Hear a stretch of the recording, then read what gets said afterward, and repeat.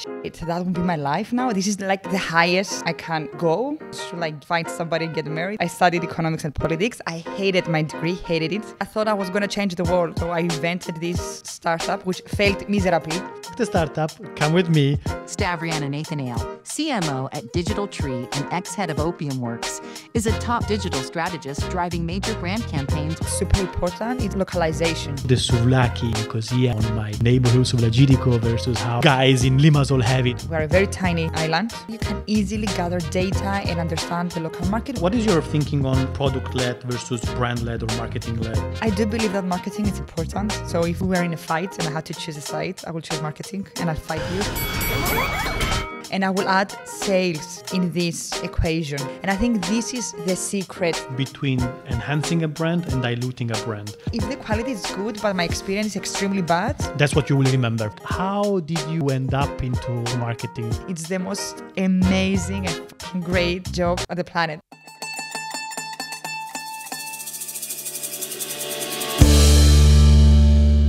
Hello, hello, hello. Welcome to another episode of Made in Cyprus, big business story from a tiny island, or like many of you like to call it, Mitsiela Rotsi, because we are truly small but mighty. Today, we're going to geek out. You know, every now and then I like to geek out in brand and marketing. We're going to geek out with one of my, or I think potentially the most favorite person to geek out on marketing here, especially in Cyprus locally. I've been following her for a long time. It's one of those people that we always meet at the same events, and part of that small but mighty marketing and brand community of Cyprus. Lots of experience, lots of knowledge, especially locally. So please help me welcome to the show, Stavriana Nathanail. I'm blushing. How are you doing? I'm doing well. Now I feel a bit nervous, which I didn't before this amazing introduction. You are usually on the other side of the microphone. Yes. Today you get to be the guest. Yes, I feel a bit awkward, to be honest, but I think we will get there. So I think let's go. I think let's rewind. We're not gonna say how much are we gonna rewind because we wanna protect your age. You're obviously 16, but let's rewind. Let's rewind a bit and like, how did you end up into marketing? Where did you born a marketeer, or it's something that you become? I think it was an accident, but if you want to romanticize it, you can say that it was meant to be. No, we want the accident part. But I think it just happened. I remember I was trying to figure out what I want to study, and I knew I liked something with communications and PR without really knowing what that's about. But I went for studies when Cyprus was recently joined EU, and then everybody was talking, if you want to make money, you need to go to European studies and politics. And so I studied economics and politics. I hated my degree, hated it. It's a miracle that I survived. But I took advantage of my time and my exposure at the university to get involved with a lot of societies, with the student union, get involved in different projects that had to do with marketing. And I couldn't really define what that was. I knew that I just like being around people and doing different stuff that had to do with bringing people together, let's say. Yeah. So when I came back in Cyprus, I didn't came back as hopeful as someone would expect. I came back and I was like, shit, that would be my life now. This is like the highest I can go. What's next? Should I find somebody and get married? I was very confused and very disappointed. And because I'm coming from a very tiny village at the middle of nowhere. Which is? Scarino. Now it's not so middle of nowhere. Shout out to Scarino. But it was very weird for me coming back to that. And because I always had very active, my mother and my grandma, they're very young and very active, and they were involved in all the community things. So then I said, okay, what if I start working with the locals and find ways to promote tourism and activities to do outside the city? It was before this agro-tourism and agriculture things started becoming a thing.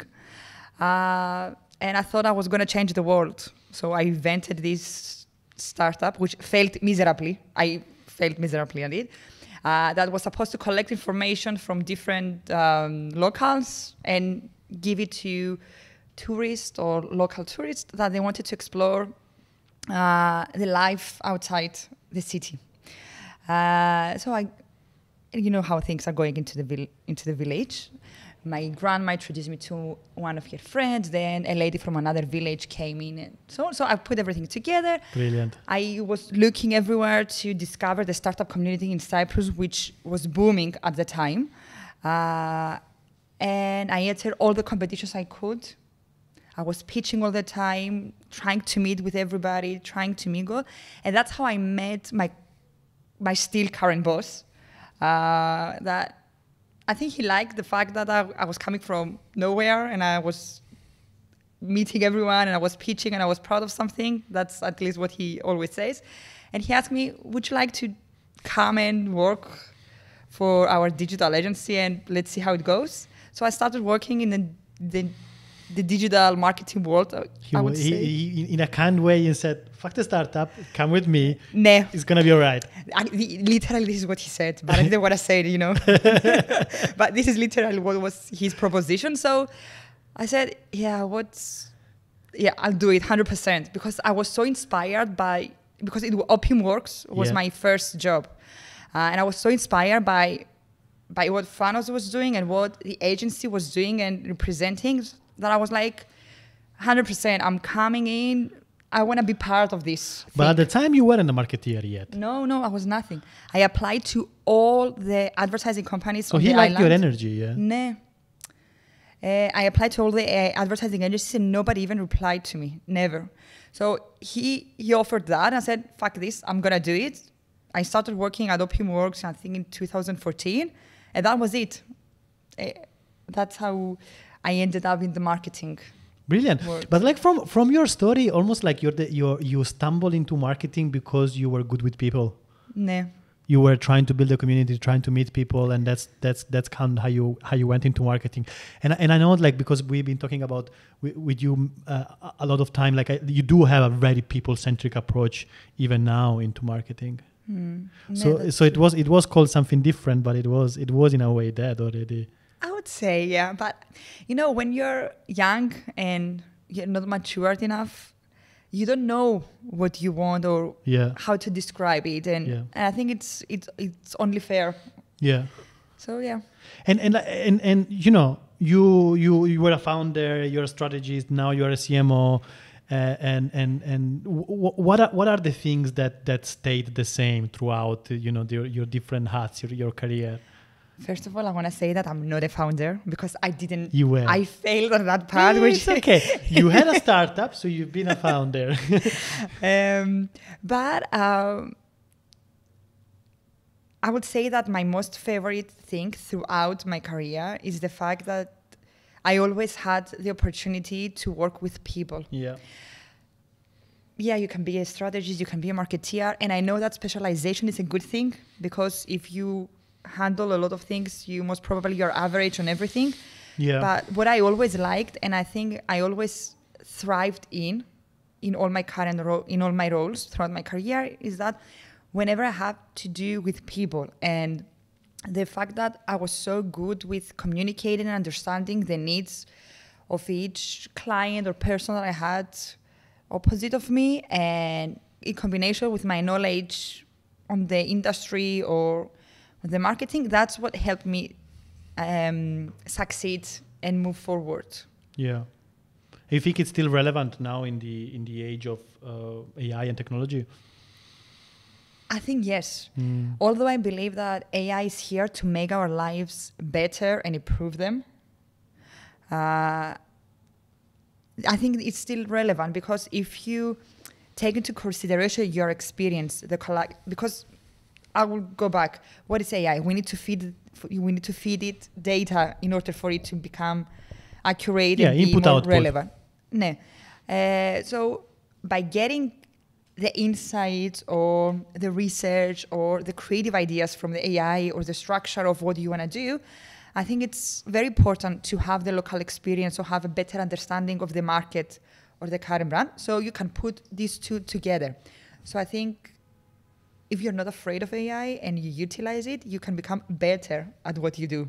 At least that's how I see it. No, Allah, you need to have that human input and auto input. And Bravo. I think especially in Cyprus, which is a good segue for the next topic. So, what makes the Cypriot marketing landscape unique versus all the others? I will share something that I learned as well through the podcast, because in my podcast, I have a lot of marketeers from different industries with different backgrounds. And it was very impressive and surprising, I would say, that they all faced the same challenge/opportunity when it comes to the Cyprus landscape. They all mentioned that we're a very tiny island. It's a very tiny market. Therefore, budgets and opportunities are restricted and limited. Yeah. However, they all say that this is a good thing on the other hand, because you can easily test and do different stuff. And the fact that you can easily gather data and understand the local market, which you don't have it takes a lot of investment anyway to find these insights in bigger markets. And the fourth thing, I think I said 3, and the fourth thing that they always mention that it's super important is that localization. We know we use this word all the time, that localization is key, but they all mention that when they take international messages or international concepts and they make it relevant to the local market and the local culture, it always, 99% of the time, their campaign succeeds. So I think this is quite important. And by localizing, obviously, you don't mean just translating it. Of course, by all means. I should have to clarify. Yes, we don't mean by translating the international message to Greek or English or Russian or whatever. It's like localize the whole concept. How this message, relevant, how this message makes sense to somebody in Cyprus. No. And I think that's interesting. So in a way, local agencies, or at least people that spend enough time in Cyprus, do have an upper end in that, because they don't teach you in school how to make a Cypriot campaign. You have to be in the Soulagirico, you have to be in the taverna, you have to be in the platea, you have to be at the beach, you have to speak with people, you have to absorb that in order to start to become culturally relevant. Because otherwise there is also the damage of trying to push it in a fake way. You're actually damaging it, right? It kind of becomes cultural appropriation, isn't it? It can be very looks hard. a bit cringe, like you're trying to fit in, but who are you? No. And I think it's very challenging for marketeers, because Cyprus changed a lot over the last 10 years. Yeah. We got a lot of expats, we got a lot of people from outside Cyprus that came in and helped us change and improve our culture and push us to evolve and reach new heights that otherwise we wouldn't have reached, for at least 50 years. So all this diversification, again, I think it's important, and it speaks volumes to the localization of the island. Even localization of Limassol versus Paphos versus Nicosia versus Larnaca. And I think there is something interesting that I started to appreciate later on in my Cypriot life is that we are an island, but we also have islands inside islands. Kind of like Nicosia is their own thing. Larnaca is their own thing. Limassol is their own thing. Paphos is their own thing. So it becomes even more complex than that. I'm allowed to say this because this brand manager mentioned it on the podcast, so it's public information. But I had Christiana from Foodie, which is the marketing director at Foodie Cyprus, and she mentioned during the podcast that the details they put in their campaigns, they go into localizing each message and each offer per city and even per neighborhood in cities. Yeah. So for example, I might be Pizza Hut and I have this offer for the whole island. However, when it comes to localization, they will localize the message when they're talking to Limassolians, and when we're talking to people from Larnaca, they will change it. Yeah. It was wow and bravo. Yeah, it's fascinating. I actually found out about that. One of my favorite places to do research is Reddit. And there is an app which is called Idea Ape, and they actually do Reddit screening, and it's a social listening, but they are really deep into Reddit. And I think Reddit it's a beautiful place. And I was doing a research for Smart Focus. and I was researching into how people like their foku, how they have the souvlaki, and the passion of the conversation of how we have it in Nicosia on my neighborhood Souvlagirico versus how the rich guys in Limassol have it, or the British they have it in Paphos. Even on that, the composition of the souvlaki, how cookies the bread, tahini versus tzatziki, and all this kind of thing, with parsley and not parsley, crazy, super protective, super passionate. It's my neighborhood souvlaki, and this is how we have it. You're right, and I remember when I first moved into Nicosia, and I was talking with my university friends, and they're from different parts of Nicosia. They were arguing about from which place we were going to order souvlaki, because each one of them supported their local souvlaki because they thought that was the best. Yeah, it's interesting. I think there are a couple of hard projects, but I think in my mind, country branding is always a controversial one. Branding Cyprus or Cyprus tourism, football.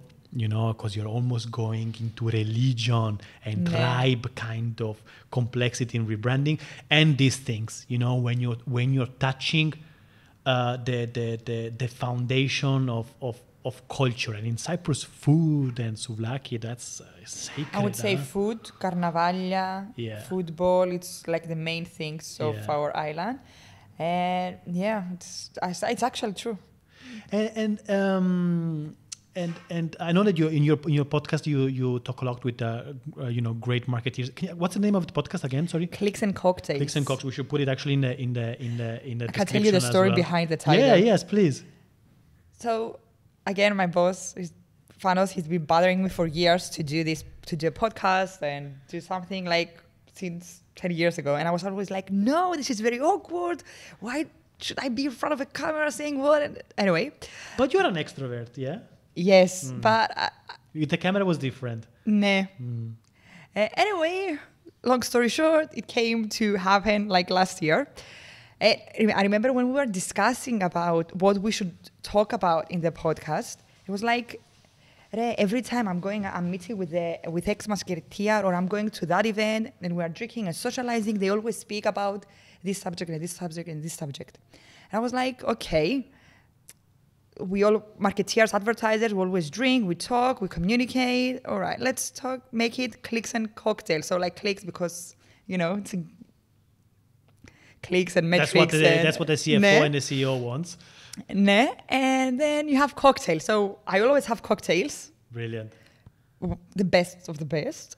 And we drink and we talk about marketing basically. But it's a free conversation. So that's the story behind the name. What's the state of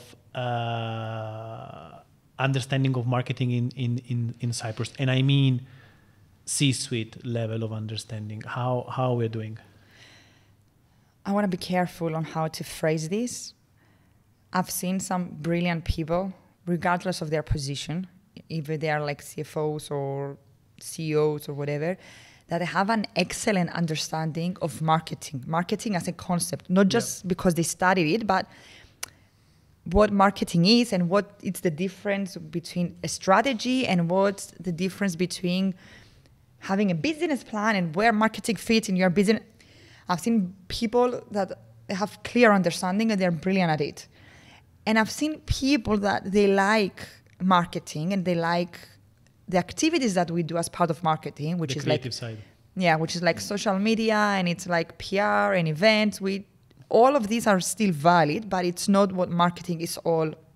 It's not only about social media. Marketing is something bigger. It's your overall approach and should be relevant to your strategy. Marketing should be correlated with your sales. It should be integrated part of your business plan.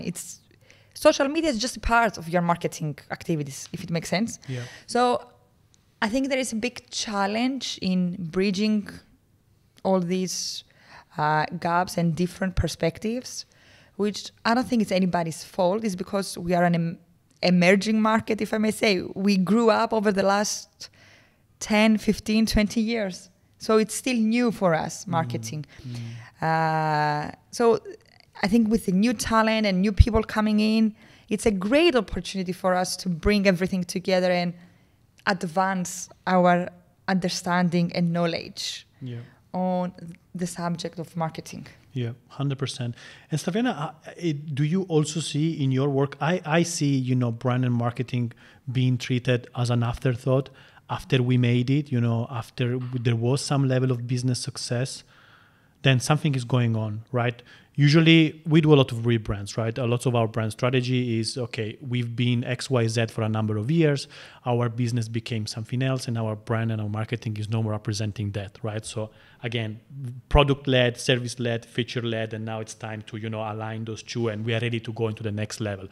Or companies that have been working successfully for 65 years, they had relatively low need of marketing and branding because in Cyprus there was limited competition. Now new people are coming, new export is coming, new thing is coming, and oh shit, now it's time that we have to also polish that front end. So do you also happen to see a lot of this when it only happens, when it's needed in a way, when they realize, okay, now we have to all of a sudden? It used to be more in the past. Like I used to see this difference, like the afterthought, as you mentioned, way more. Like 10 or 7 years ago, not so much. Because I think it's due to the fact that you have new generation of leaders. You have, even in the family businesses, you have people that they're passing, and you have millennial kids taking over that they've been through all the struggle that their parents and uncles put them through to learn the hardcore of the business. And now they've studied, they had other experience from abroad and they want to change things. So I think now it's quite different. You still get the same challenges. And because at the end of the day, if I take out like the 20, 50 companies that they are international or they have huge teams and they do 1 million activations, the rest of the market, it's still learning. They're still experimenting. They still react to the market. They still act after the competitor does something. So we still have that, but it's not as challenging as it used to be. Reactiveness is probably not a great place to be marketing-wise as well, right? Yeah, but I think it was, I don't know how to say it, but it wasn't always a problem for this market because we were such a small market. We was more protected in a way. We were always fan of franchise and big brands. So it wasn't quite easy to fail. I mean, yes, a lot of people had failed and succeeded, but what I'm trying to say is that there was a gold recipe that you could follow and make sure you succeed because it wasn't that complicated back in the day. What changed now then? I think we have an open market. The competition is extremely high. Everyone's doing everything. You have access to 1 million resources that you didn't before. Apart from the internet, you get information from social media. I can be placed here and have like a small coffee shop and I can have somebody from Greece freelancing and doing my social media and I don't have to pay a lot. Or I can be, I don't know, the biggest fast food chain on the island and I choose anyone to do my marketing because I don't have to hire somebody in-house. It's like you have access to more talent, more agencies, more competition, and more information. I think all these are healthy for a market to grow, in my opinion. Yes. Which, interesting on the other side, makes it much harder. You can see it from your perspective. You specialize in branding, yes? Strategy and branding. Every 3 months, don't you see a new agency that specializes in branding? And if you look deeper, it's just a person that worked in an agency for a couple of years. They are super talented, I'm not saying that. And they decided to open an agency because they do have the experience. But again, it's so easy to start on it's so your easy own. to start. Yeah, I think we live in wonderful times to be alive. I think AI is helping us a lot to declutter the noise and make decision. You know, I think we can process information much faster, which comes at a cost, right? And the cost of, I think, being overstimulated, digital anxiety. There is a very interesting psychological phenomenon happening now, which is over choice. You know, the availability of too many choices to the point of where you are stuck in making a decision. Which one I'm going to choose? I can tell you how we overcame and this challenge in Digital Tree. So I've started at OpiumWorks, and in 2018, Digital Tree acquired OpiumWorks. So we joined a company of, I think it was like 80 people at the time, and 8 companies, brands under the group. Now we are 200 people, 16 companies under the group, and we operate in 3 countries. However, this did not happen overnight. Yeah, of course. I know we were on the fast track. It was very fast for us as well. But what I see, and I think we do differently, and I'm very proud to belong to such an organization, is the fact that we tried to avoid doing anything, although we had the opportunity over the past. In some occasions, we tried and we didn't succeed. So as a general strategy, we focus on what we are good at and what we are specialized, which is, let's say, media, communication, and technology. Yeah. And even when we have new acquisitions join the group, for example, we acquired 2 new radio stations, we invested in digital billboards, it's always something that can be directly connected to what we do best, which is media, communication, and technology. Yeah. And I think this is the secret trick. I think you're right. So that's the secret between enhancing a brand and diluting a brand. You know, even Porsche, you know, for 60 years they did one type of car with one type of engine, family-owned business, you know. Then they started doing SUVs and et cetera and et cetera. But I think we live in an age where everyone wants to do everything, and ultimately you mean not doing anything, not mattering to anyone, and just adding to the noise. Because like I think what you guys are doing, it's smart. It's aligned to one brand purpose, you know. That's what we spend a lot of time when we're working with people, you know. What is the reason that you exist? What was your core expertise, and why are you here? And what will never change? It's not easy. It's not easy. It's the hardest part. part. Very strong leadership. So if the leadership believes and if the leadership has a clear vision and believes in your core structure, I think it passes it all. Yeah, but everyone needs to know. You know, the intern that joined last week needs to be aligned on the same vision, on the same direction. So it needs to be integrated, because that CEO can only be in one place at the same time. You know, so. And then I think the bigger the company gets, the more it grows, the more foundational strategy needs to have. And it's not just that. You get a lot of competition. Yeah. You always need to be ahead of the game. How do you manage to do that without...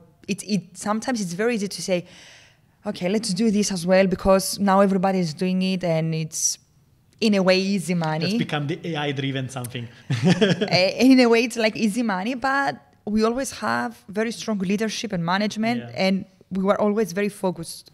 Stavriana, what is your thinking on product led versus, you know, brand led or marketing led? You know, there is a lot of talk right now around that. What's your relationship with the discussion? Oh wow, I'm not an expert on the matter, but I also attended like a talk the other couple of weeks ago. The Marcom was in the product versus brand, which was brilliant. I found it amazing. And actually, people there raised some really good points. Mike mentioned that we should give credit to both. And it means a lot coming from Mike that he's like Michalis Rimos, because he's coming from a product-first background. But I think I do believe that marketing is important. So if we were in a fight and I had to choose a side, I will choose marketing and I'll fight you. Yeah. But if I need to see this in an objective way, I think both are important. And I will add sales in this equation. Yeah. Nobody denies the fact that you need to have a good product for people to stay and for people to keep using it and for you to keep making sales. However, even if your product is exceptional, you're not going to get anyone if you don't have marketing, which is the first thing, and good sales that is aligned with marketing. 100%. This is the biggest challenge in Cyprus, I think. Marketing and sales are almost never aligned. Or they usually say, I have a sales and marketing manager, but you can't have somebody doing both. Yeah. You can have a director that they both report to, okay, but...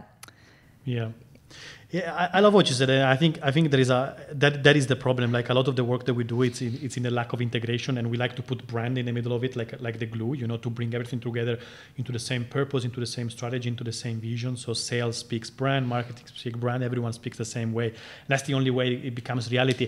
I love this conversation of product versus brand and versus marketing, because I believe that I think we're moving into brand and marketing driven. I think we are in a place where products are very hard to defend. Innovation is very hard to defend. There is too much choice and too much similarity. Most of the markets are red ocean.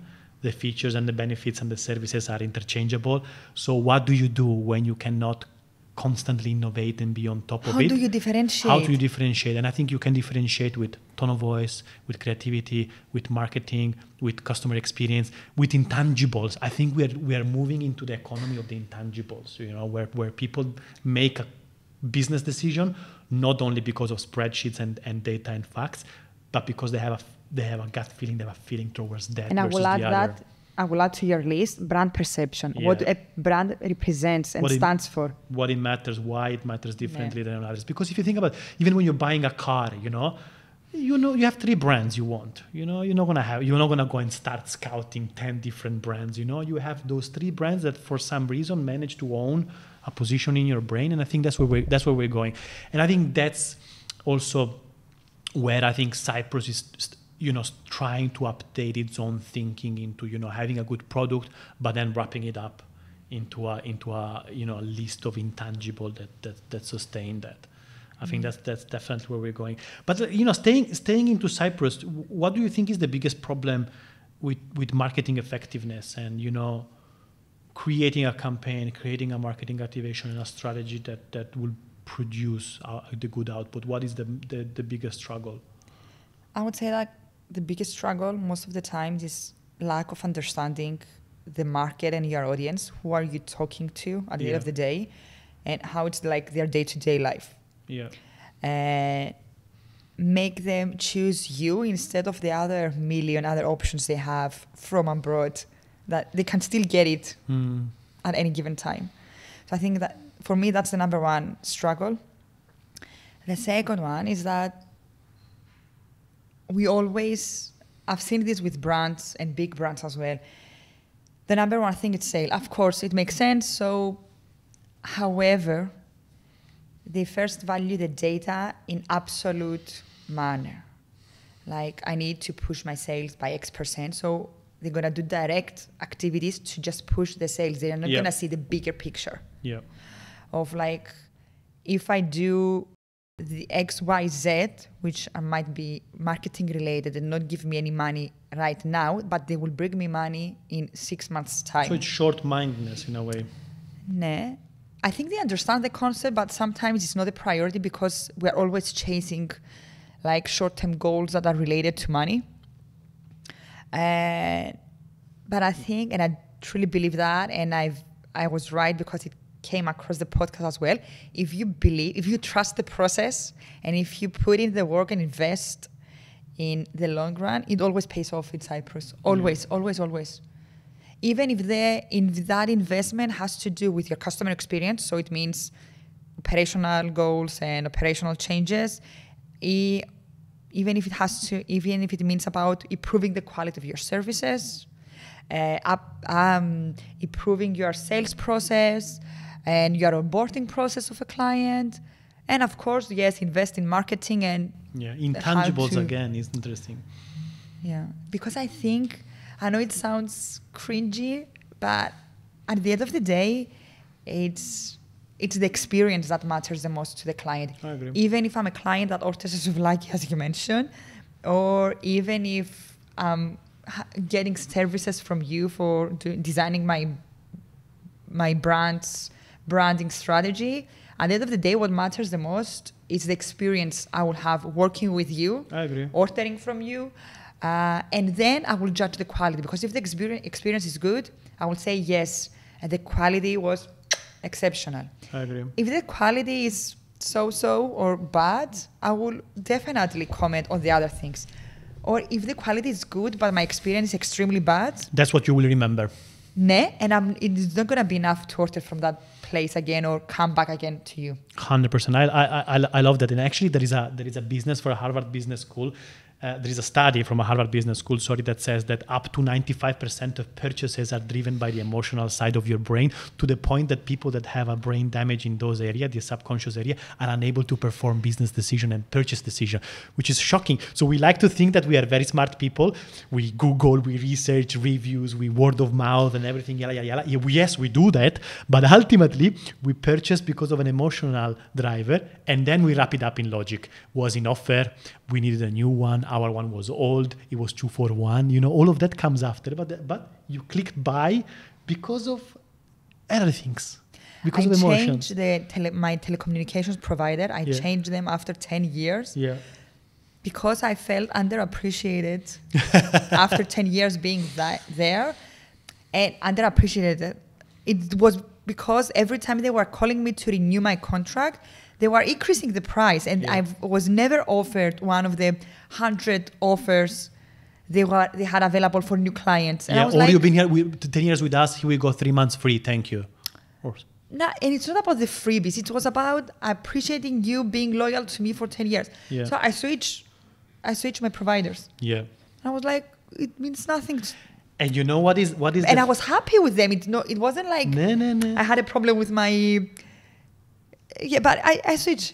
You know what is the fucked up part of that story? That it's much more expensive to get a new customer than retain an existing one. I work with a lot of telecommunication companies on the island. I'm not going to share any names, but there are like 4 now 5. Sorry, 5 now. Here we go. But yes, it's true, because telecommunication companies in Cyprus have the biggest retention, because most of the clients switch every 2 years due to the offers and everything. That's how so many of them invested in loyalty schemes over the last 3 years. If you noticed, everybody launched a loyalty scheme. It's because of that. They want to retain clients. It makes sense. But also it's cheaper, to have someone that you already have there. But I think that is potentially also something that Cyprus is kind of waking up now versus Europe, is that customer experience as well. I remember one of my favorite stories I always shared on my workshop is like, once I wanted to go to a fish taverna, and because during the weekend they don't update the work hours, or generally in Google they're not very good at updating the work hours. I called and I said, hey, are you open today? And the guy said, I pick up the phone, what do you think? And I was like... It was an immediate no. Immediate, but not only that, I was empowered to use that story with my friends and family as well. So I did not go to the place, but I was also empowered to become an advocate in a negative way. It's oh my God, we're going to need another 2 hours to discuss this topic, because I remember this vividly from my early years, that I was doing all the social media management for big franchise of fast food chains. And that was, people were more eager to share their negative experience rather than, oh my God, my food arrived on time. Oh my God, they gave me freebie because they were 5 minutes. Never. Or very rarely, let's say. So I think this is super important. And I want to circle back to my previous point, that this is the reason that we invested in Evresis as a group. Evresis is a call center with more than 30 years of experience. And they operate as your traditional call center that you can hire it and do your business. But we do offer a lot of research and analysis, and we can monitor your call center operations and share any feedback and give you analysis of where your call agents need to improve, what kind of feedback you get from your clients, and how to improve this. And we used it on our group companies as well. So it's important. This is what I mean by have a leadership that's visionary. Everything integrated. They understood that it's important to know and understand the customer experience. Yeah. So they understood that this is something that other companies should invest and will invest in, apart from commerce companies. And we used it for ourselves as well. That's how we invested in Everesys, for example. 100%. Because every single touch point, even the most apparently insignificant one, it's an opportunity, right? And I think those are the people that mean, if you don't have an integrated marketing strategy or brand strategy, how are you going to have an integrated approach internally and externally? Erhume 110 touch points, but those 110 touch points are all equally important because they are giving an experience, and people will remember that. People will forget what you've done, but they will never forget how you made them feel. Exactly. I know it sounds like a fridge quote, but it's true. It's true. It's my angle, actually. She said it's one of my favorite quotes. I'll share one example from a client of ours who are in the automotive industry.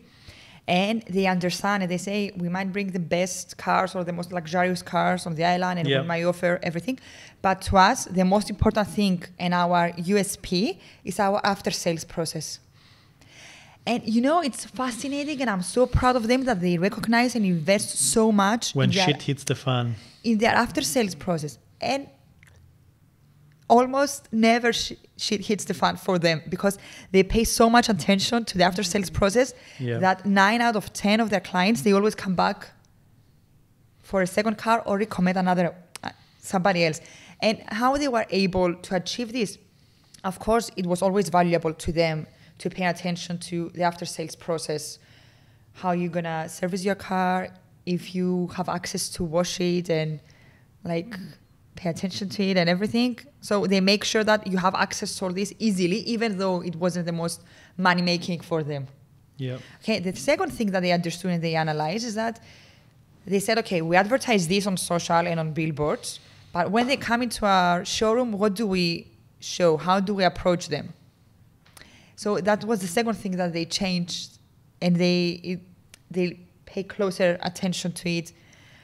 To improve. And then all the feedback they gathered from anyone, even if they bought a car, or even if they didn't buy a car, even if they just have an opinion because they are a friend of a friend, they took everything into consideration, they analyzed it, and they put the findings into ways to improve their whole sales process. Yeah, I love that. And that goes, again, way beyond just selling cars.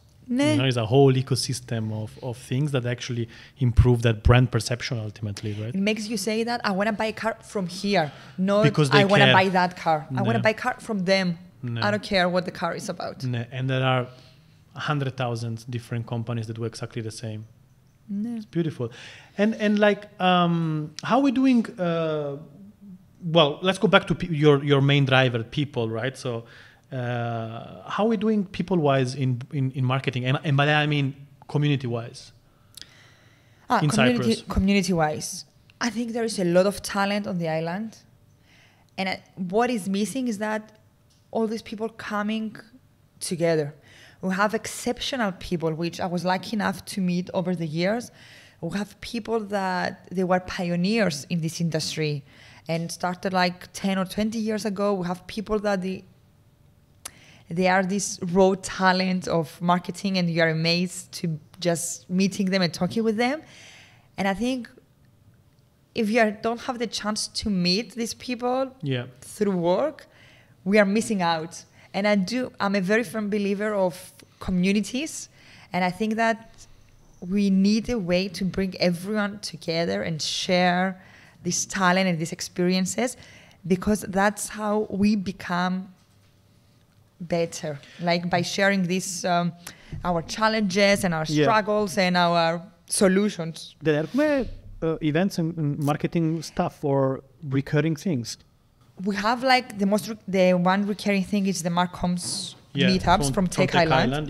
Yes, which the majority of it focus on fintech and product and PR, and in that it's a very specific thing. But again, because that's where in Lima's all the money are. It makes sense, which is lovely.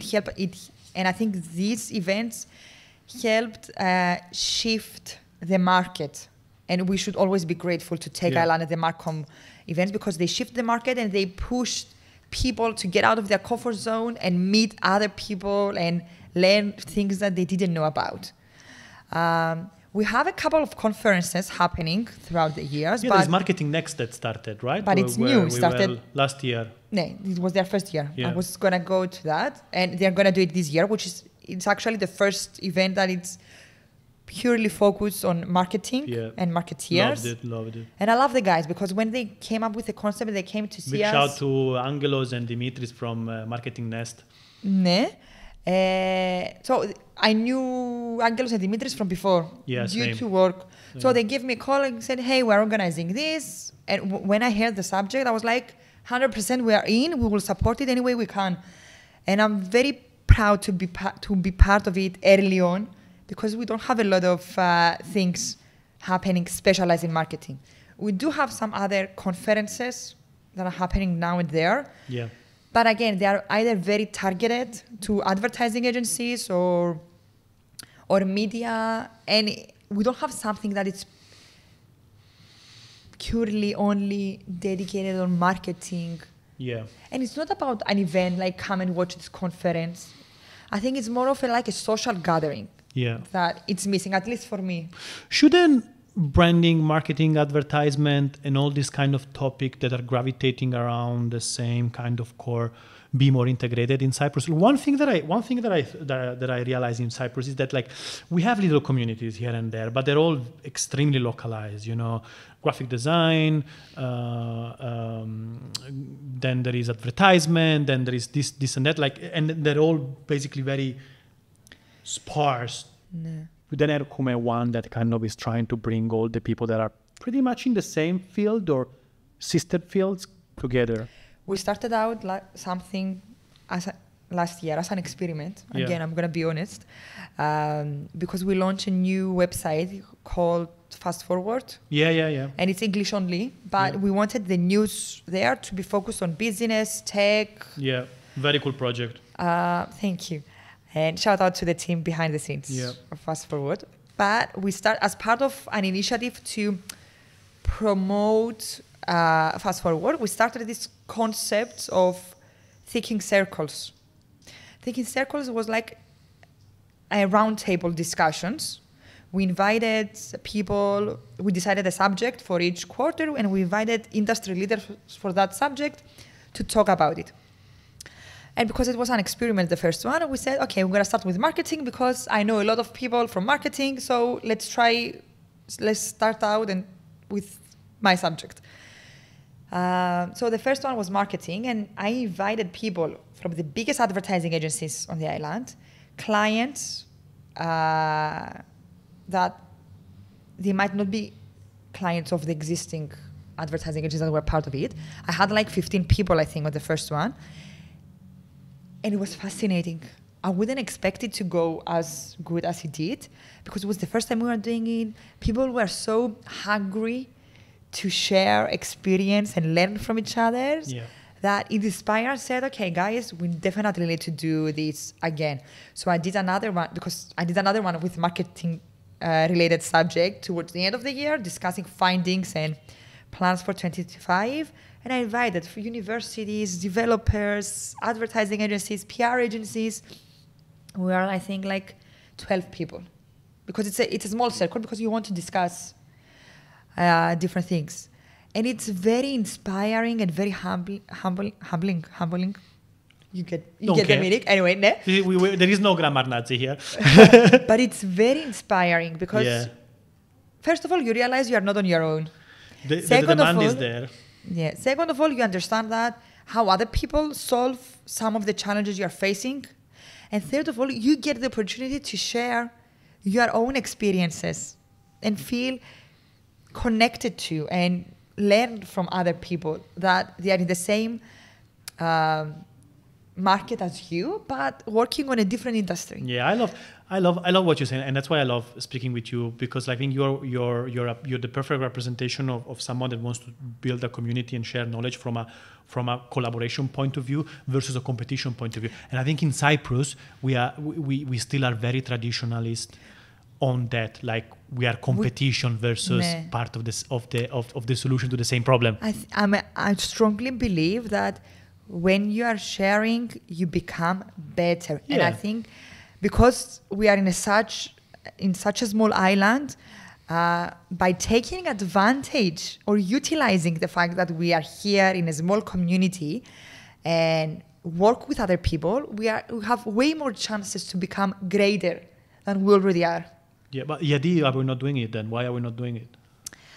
I think there's not the right infrastructure for some cases, but I want to go back to thinking circles. That we did another one at the beginning of the year, and I came to the conclusion because I always receive feedback and I try to get comments from people participating, and people are asking for it and said, okay, Stavriana, why don't you organize thinking circles like with a bigger audience to try and do that? And I think it's like somebody's waiting for somebody else to do it, but it's on my we're waiting for you. It's That's why you're here. It's on my to-do list for 2025. But again, I do believe that the people currently in the industry are thirsty for this. I think it's the right time. Throughout my content on LinkedIn and everything, I start to see also, you're doing communities, I'm doing content, right? So that was my way to start to build people together, but also start, most important, to raise awareness on the importance of the business case of brand and marketing. That's the only reason why I do content. So people in the C-suite can understand what a good brand, what a good marketing can do for them in terms of the financial number, why it's needed. And I start seeing Cyprus as well, people using not even the right words, but the right thinking, So, okay, we have a good product. Okay, saturated market. Okay, what can we do? Maybe we need to start thinking about our brand, our marketing, our experience. I finally start to have people coming to me for a brand strategy. Not for a website, for a marketing strategy, not for a website, So I think it's the right time. Marketing next, had the right event. I go to reflect. There are marketing talks, there are brand talks, there are workshops. People coming from abroad expecting the same level of understanding internally. So they are also helping. And you're right, in the last 5-6 years, terrific changes happen in Cyprus. I think throughout your 15 years career here, or like my 7 years, 7-8 years in Cyprus, things are changing so fast. No. So Stavriana, you need to get your to-do list and start doing it, putting it into place. We will support, we will come, but I think it's the right time. I think it's the time that marketeers and brand builders in Cyprus start to using collaboration more versus the competition. I think we are not competing, we are not killing each other. We are all trying to build the right understanding of why what we do is important. And the more we are, the better it is. And I think the mindset shifted because it's very important to be on to have the right mindset in order to be part of a community. Because I have been at events that people go there and they are very hard sales approach. They're there to pitch you and try to sell you. I have been in events that people are very hesitated to talk and mingle with others because they're afraid that somebody will steal their ideas or service, whatever. But I was there at some point in my life, I'm not sure. But when I overcame that and I started being more open and sharing, I realized how much I can improve and how much more people I can bring in together. And because it's where you share value. So I think that's the most important thing. Yeah, providing value. And also what you said, there is a lot of need of localized value sharing, because what you learn about marketing, in Europe or in the world, it doesn't necessarily completely apply to Cyprus. Yeah. But this is the fun part of it, It is the fun part. I think it is they cannot be copy and paste, right? Every industry, every market, every business, every location has to have its own spin, as you said before. And if you were to say something to someone dreaming to have a career in marketing in Cyprus, what would be your word of advice? I love this question because they always ask me, and when I'm doing I used to do more interviews, but when I was the head of the agency. Back in my days. But I love this question during interviews, is that you need to be able to feel inspired and wake up and want to do this every day. Because at the end of the day, marketing should be fun. It's not fun all the day, or every day and all day. Sometimes it can be borderline toxic. You're going to have long hours. It's not only Mad Men, disco balls and drinking games and everything. Sometimes it's boring. You need to post the right post. You need to have understanding of the market. You need to be able to read the data, be extremely good in client relationships and understand each different client's point of view. That's the worst for me. They don't get it that easy. But if you're happy with all of this and you understand that this is what marketing and advertising industry entails, it's the most amazing and fucking great job on the planet, for me at least. I couldn't see myself doing anything else. I love it. And I love it when it's at its worst. I'm extremely motivated to be part of it.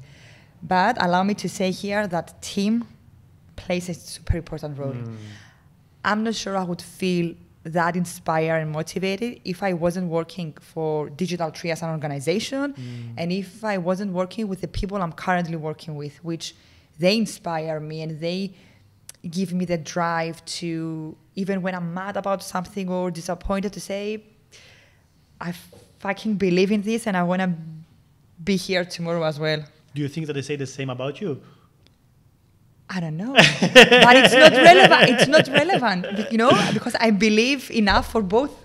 Both of us. I know. So, I know. That's why I wanted to have you. I wanted to have you here because I think we also share the same, right? I think I'm lucky to do something that I love, and that is what I'm looking in talent, and I'm sure you're looking the same as well. If there is a passion to grow into it, because things change quickly.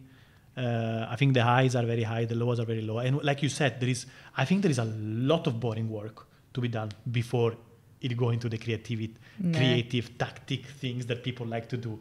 There has to be a lot of boring stuff before. And my word of advice to younger generation would be, trust the process. They make fun of me at my work for saying that, because I say it all the time.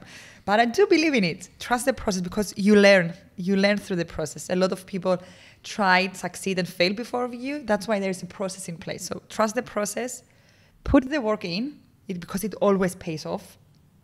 Even if it doesn't pay off in your current job or path, you still learn as a person. You still evolve as a person. And have an open mindset. Have an open mind, actually. Have a different mindset. Be open to learn and try and fail.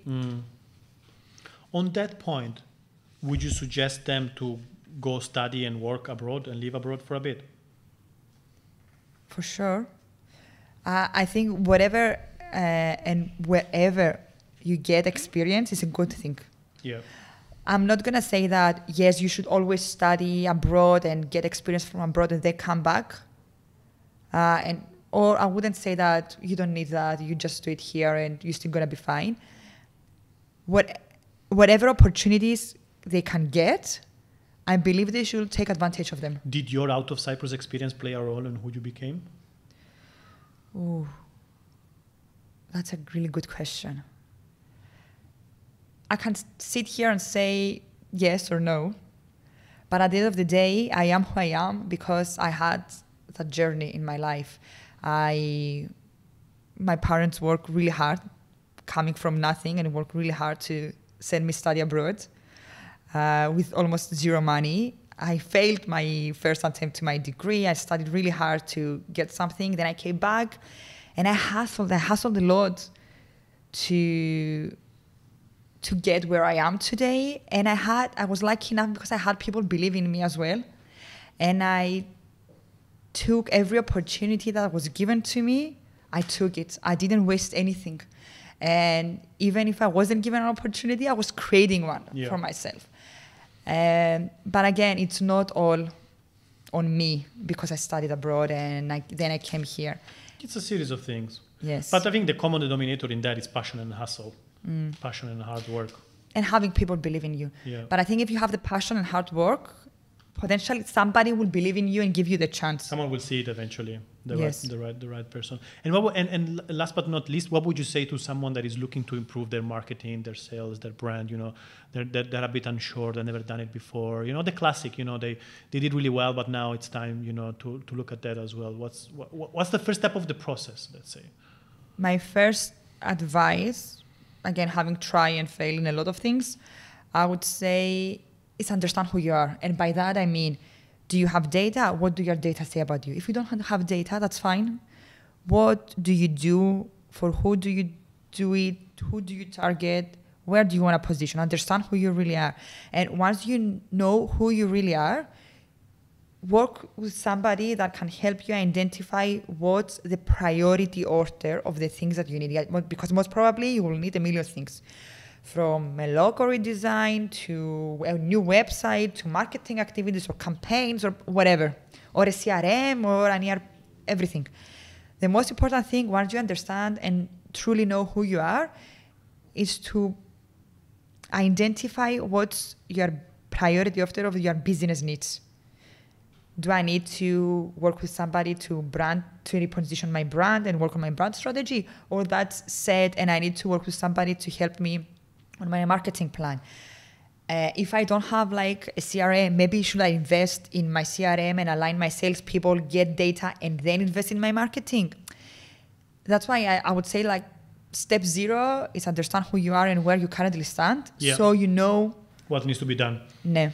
It's like going to the doctor, isn't it? You wouldn't want to have the prescription of the previous patient. You want to understand what's going on to you because right I now. think a very common mistake, we jump into conclusions like this. Yeah. Yes, let's change our social media. That's how we're going to bring more clients. A website will fix it. A new website will fix it. Or let's put 100 euros on Google Ads and we'll bring leads. But it doesn't work like that. Yes, you will get a short-term push. You will see a difference. But again, you don't solve the problem. You just like cover it. It's a sugar rush, isn't it? Nah, Once the sugar dissolved, then you're back to square zero. And at the end of the day, it's not the design of your website and the color palette you used. It's the fact that you are lacking strategy behind it. You can launch like a campaign or a product with just a landing page and a form and be successful at the end of the day. Yeah. Should startup look into strategy? I think yes, but and I with bold and highlighted letters, it's not textbook the same as a brand that's mature. When it comes to startups, I think that the strategy or their plan should be short term, not their vision. Their brand positioning and their vision should be like bigger, long term, what they want to do and where they're going to go.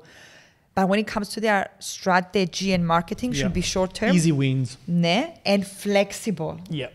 Extremely flexible. So they can easily adjust and change and adapt to where they currently need. But I love what you said. Strong foundation, long term, but then all the rest fluid in the middle. And I will also add for startups, it's super important to follow like the trial and error fact. Like MVP, you don't have to invest all your budget or all your funding to this $1 million idea. Even if you're there and you have the money, I believe that it's more important to try and test. Keep it scrappy. So you can scale up. I agree. Because in a startup, you know it yourself. Things are one way one day and the next day they change. Yeah. Stavriana, thank you very much for your time. I think I could geek out with you on this for a long time, but I think we need to ultimately finish the episode. Tell us again about your podcast. Tell us again when, why, and where people can follow you, and if anything else going on for people to find out about you. I love beer. So that's one thing I want you to keep. Send beers. And yes, so my podcast is Clicks and Cocktails. We are on Spotify. And you can find us on Spotify. And if you follow Digital TV on YouTube, you will find all the episodes there as well. You can follow me on all social media channels. What's your favorite? I use Instagram and LinkedIn the most. But TikTok is my white noise, and Reddit as well is my white noise. Like I like to read before bed or when I want to relax because I rarely, almost never use Twitter, now X. Yeah, same. And brilliant. I love Pinterest, but for other things. Yeah. Brilliant. Thank you very much, Stavriana. Thank you. Oh, hi.